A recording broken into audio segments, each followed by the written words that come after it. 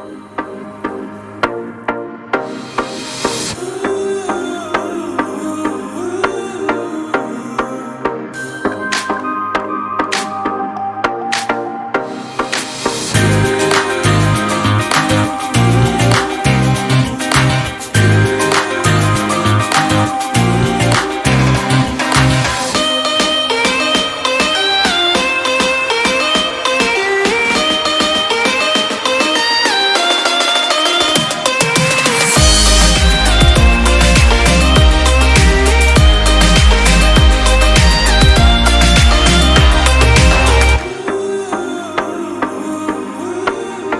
everybody. Thank you for joining us today. We have our Lieutenant Governor, Mark Robinson, with us on the line, and it's been tough to schedule an interview with him. He has been tremendously busy on the primary trail and done a lot of good work and endorsed a lot of people, a lot of elections won, and we trust that November is going to be a good time as well. We're going to be asking him some questions today that we don't always hear from the media, especially in his position and his stand. He takes hard stands that are for truth and right.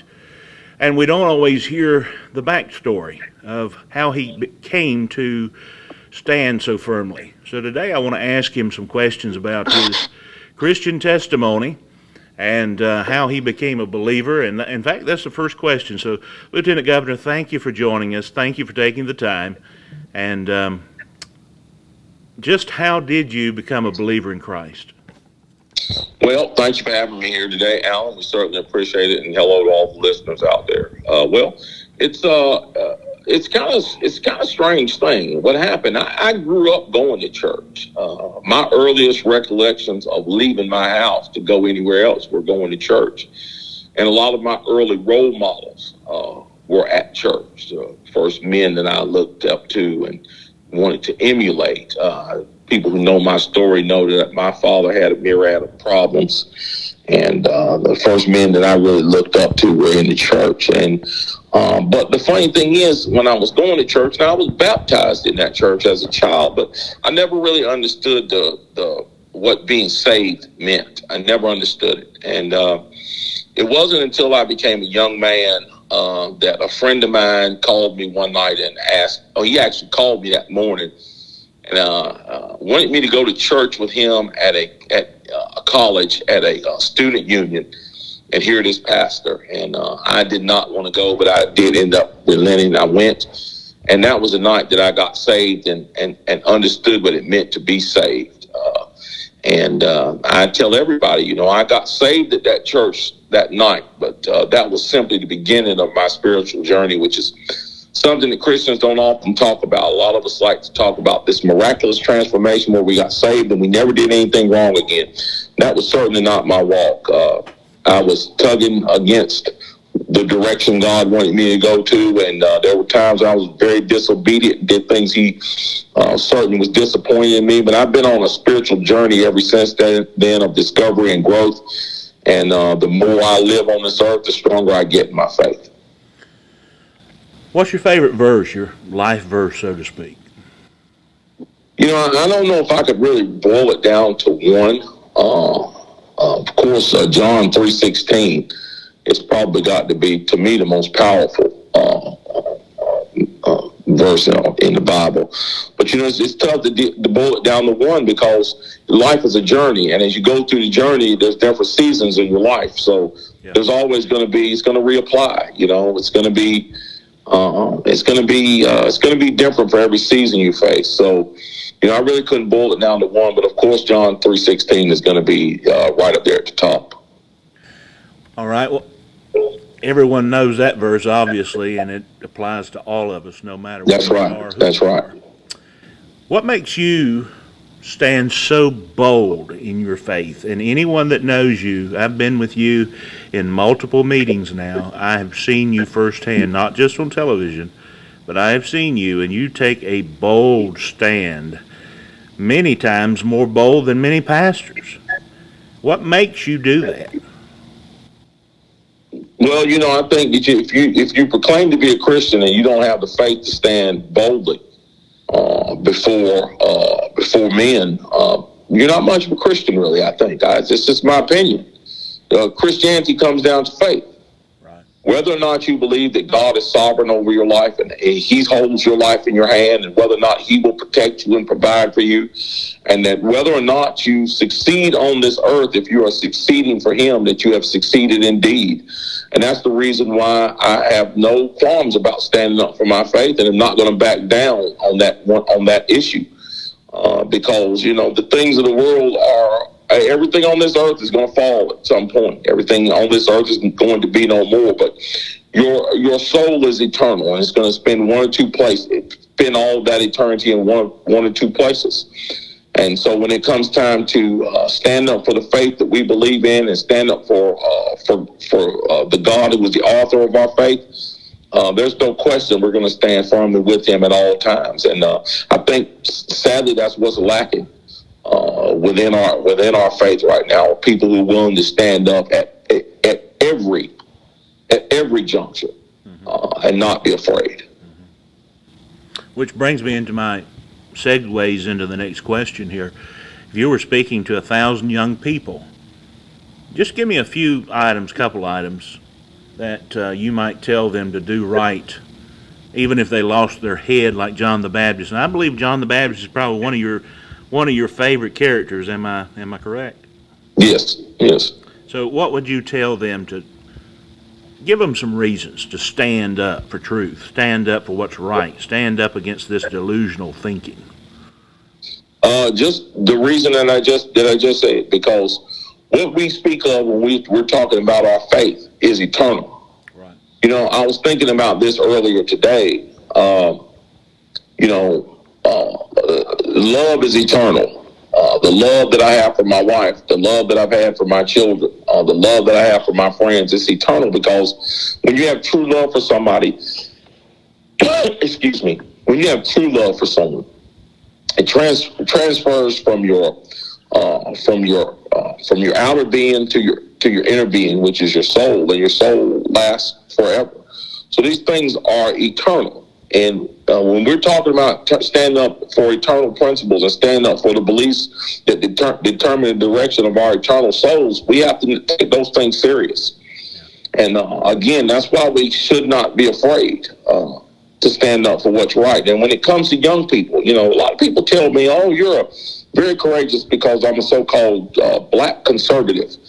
I'm a black Christian conservative." I'm going to tell you who has it the toughest now in our society, and it's young people.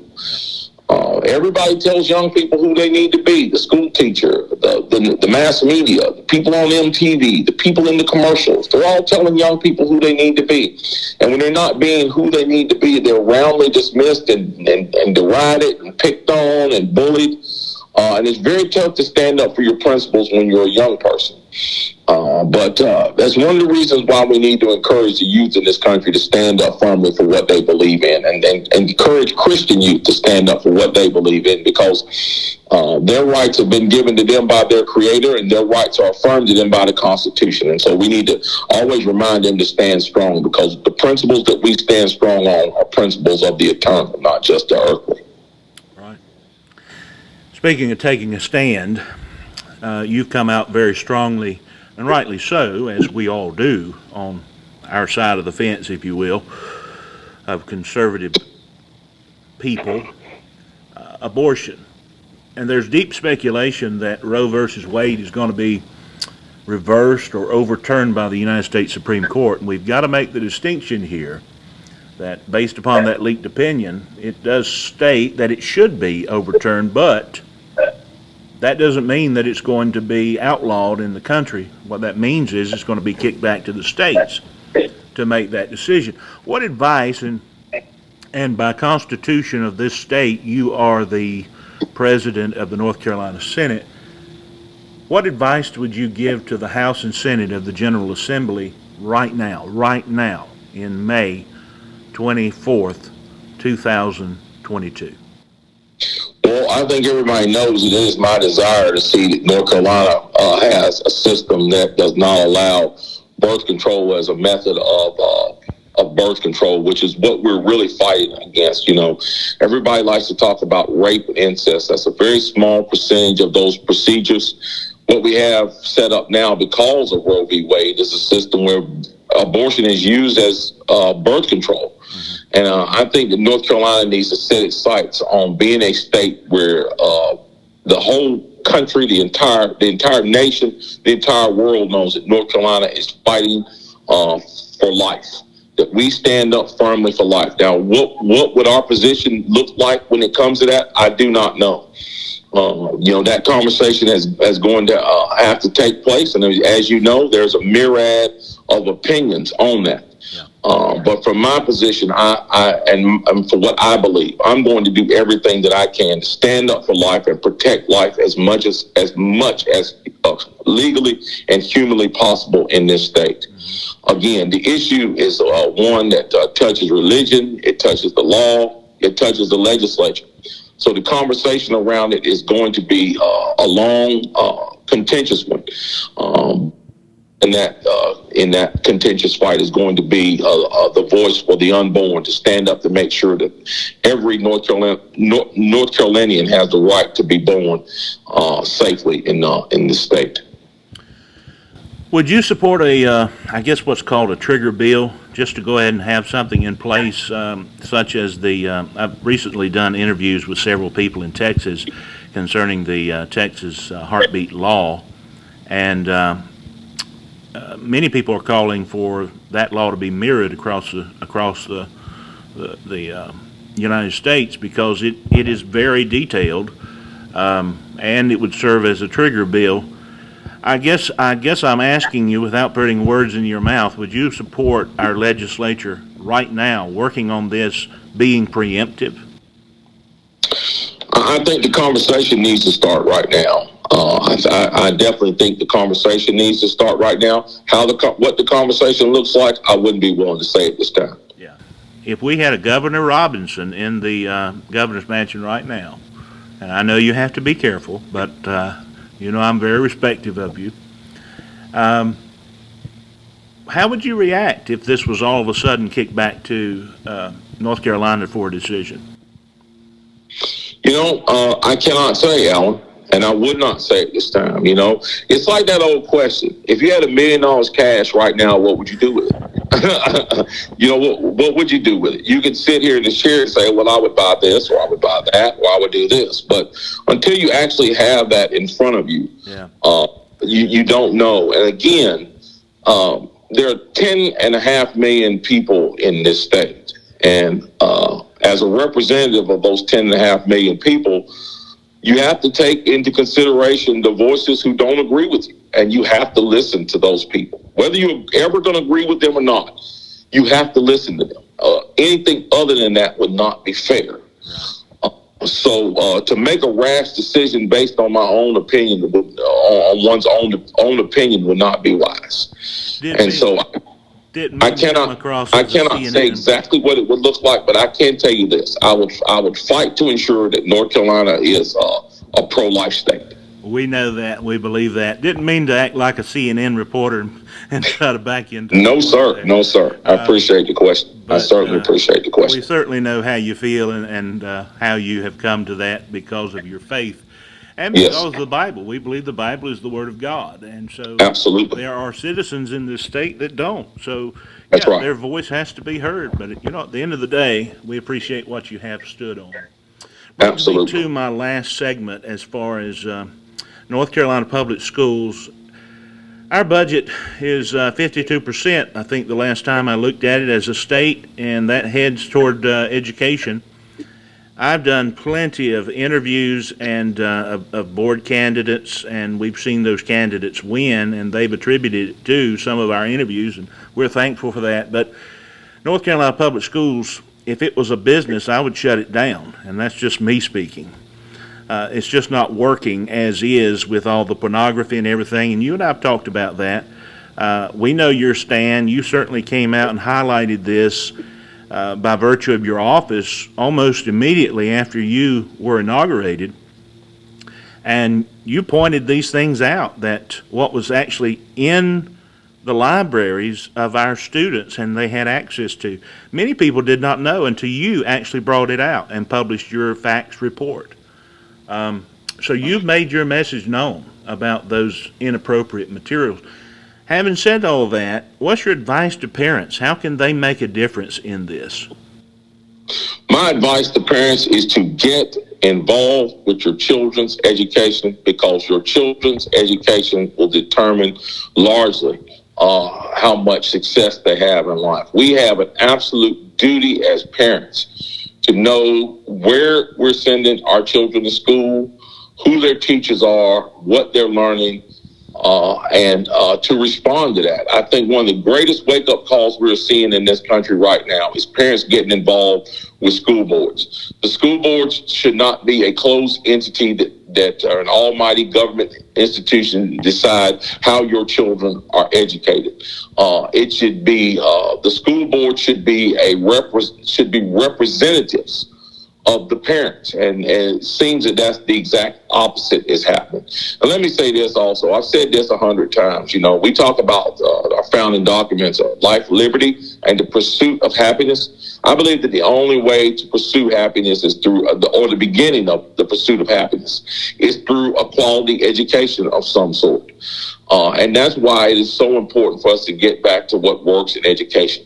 The most egregious statistic in this state right now is the fact that we spend 52% of a $26 million budget on education, and our children are not reading on a grade level. That is egregious. And then on top of that, you add in all the pornography and all the other things that we see going on. But that one statistic alone should be a wake-up call to parents and anyone else who cares about the education of North Carolina's children to get involved in this process and to get education back to a place where we're doing the right thing for our children. I submit to you that right now we are not. I think you just led into and even answered our next question. That was, I was going to ask you, what can every North Carolinian do in the fight? And that's just get involved. Whether you have children or not, get involved. These are your children. These are our next generation. And this is our tax money. Everyone pays taxes. So we should be concerned about not only how the money's spent, but the product, the child, the graduates that we're putting out. They must have the best. And they're not getting it right now. That's exactly right. An informed electorate, an engaged electorate is a powerful electorate. People across the board love to say they don't do politics. Well, if you don't do politics, politics will do you. Look, if you got a kid in school, you're politics. If you want to own a gun, politics. If you have a job, there's politics. If you die, there's politics. If you are a soldier serving in the army, it's politics. If you're a police officer, it's politics. Politics touches every aspect of our lives. In a representative government, in a constitutional republic, the driver must be the electorate. It is time for folks to get involved in this process and be that powerful driving force to make sure that the ship is going in the right direction. One last question. Is that how you came to get involved? You saw the need, you saw what could be, you seen what was happening. Can you close out with what made you get involved? What made me get involved in politics overall was I had my eyes opened up to what my political beliefs were. And number two, how important it is for me to get into the process and share those beliefs to make sure that we maintain our freedoms and that we maintain our constitutional republic. Just as I said, if we don't do that as people, as free people, we love our rights. We all love our rights. We all stand up and we want to fight for our rights. The best way that you can fight for your rights, and this is something that I learned in life when I first got in this, the best way you can fight for your rights is by being responsible. And that responsibility means being engaged in the process that is going to determine whether or not your rights continue to succeed, or whether or not we're going to shift over into a nation that's full of, into socialism, quite frankly, and into a system where people in ivory towers make the decisions for us. That's not how it's supposed to work. The citizenry is supposed to be in charge. And the only way that happens is if we get involved. Exactly. It's been a joy to have our Lieutenant Governor join us today. We've looked forward to it for quite some time. He's very busy. We promised not to take much of his time, and we certainly thank you, sir, for being a part of this interview. We love you. We appreciate everything you're doing. We support you, and we pray for you constantly. Thank you, sir. We appreciate it. It's great to be here.